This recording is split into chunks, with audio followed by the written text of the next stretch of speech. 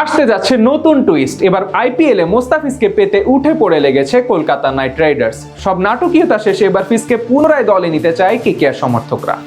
অবশেষে নিজেদের ভুল বুঝতে পেরে টাইগার পেসারের কাছে ক্ষমা চেতে শুরু করেছে তারা। বলছে আমাদের ভুল হয়েছে, আমরা আবার ফিজকে দলে চাই। কলকাতা নাইট রাইডার্সের ভক্তদের এমন আকুতি নিয়ে বিস্তারিত জানবো রিপোর্টে।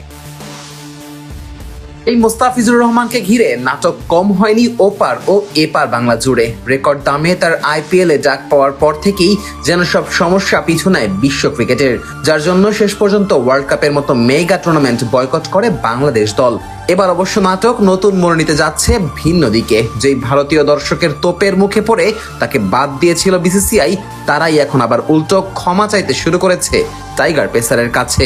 কলকাতা নাইট রাইডার্সের সব ভক্ত সমর্থকেরা এখন সামাজিক যোগাযোগ মাধ্যম সরব তুলছে মোস্তাফিজকে ফিরিয়ে আনার জন্য।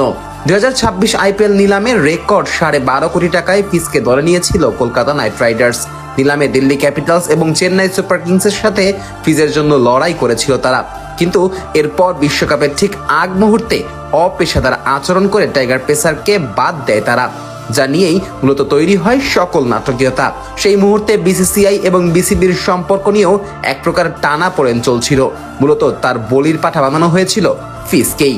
এখন আবার পালা বদলের সঙ্গে সঙ্গে সবকিছু যখন স্বাভাবিক হওয়ার পথে, সেই মুহূর্তে আবার নতুন করে টুর্নামেন্টের আগে ফিজকে নিতে অনুরোধ জানাচ্ছে কেকেআর এর সমর্থক গোষ্ঠী।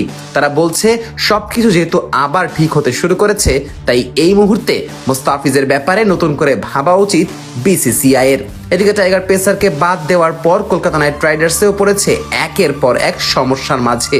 একে তো ফিজের বিকল্প এখনো জোগাড় হয়নি, তার উপর স্কোয়াডের 2 মেইন বোলার মাথিসা পাথিরানা এবং হর্ষিত রানা পড়েছেন ইনজুরিতে। তাদের চোট কবে নাগাদ ঠিক হবে তাও কেউ জানে না। এমন অবস্থায় মোস্তাফিজই হতে পারেন তাদের মূল ভরসা। আর ঠিক সেই কারণে পুনরায় ক্ষমা চেয়ে হলেও কাটার মাস্টারকে ফিরিয়ে আনতে চায় তারা। বর্তমানে সংক্ষিপ্ত ফরম্যাটে দুনিয়ার অন্যতম সেরা বোলার ধরা হয় মোস্তাফিজুর রহমানকে। গেল বছর দেশের জার্সিতে টি20 সংস্করণে 20 ম্যাচে নিয়েছিলেন 26 উইকেট। এছাড়া ফ্র্যাঞ্চাইজি টুর্নামেন্টেও এখন হটকেকে পরিণত হয়েছেন তিনি। এই যেমন আইপিএল থেকে বাদ পড়ার কিছুদিন পরেই পাকিস্তান সুপার লিগে লাহোর কালান্দার্সের সঙ্গে চুক্তিবদ্ধ হন তিনি। বর্তমান প্রেক্ষাপট অনুযায়ী আইপিএল নয়, আগামী পিএসএল এ খেলার কথা রয়েছে তার। সেখান থেকে আপাতত কলকাতার ভক্তরা চাইলেও তাকে পাওয়া হয়তো সম্ভব হবে না কেকেআর এর জন্য। তাছাড়া বিসিবিও সাথে সাথে তার এনওসি বাতিল করেছিল। সেখান থেকে বলা চলে বর্তমানে সবকিছু ঝুলে আছে নতুন কোনো জাদুকরী ঘটনার উপরে। সেটা হলেই কেবল ফিজকে দেখা যাবে আইপিএল এ, অন্যথায় খেলবেন পিএসএল এ।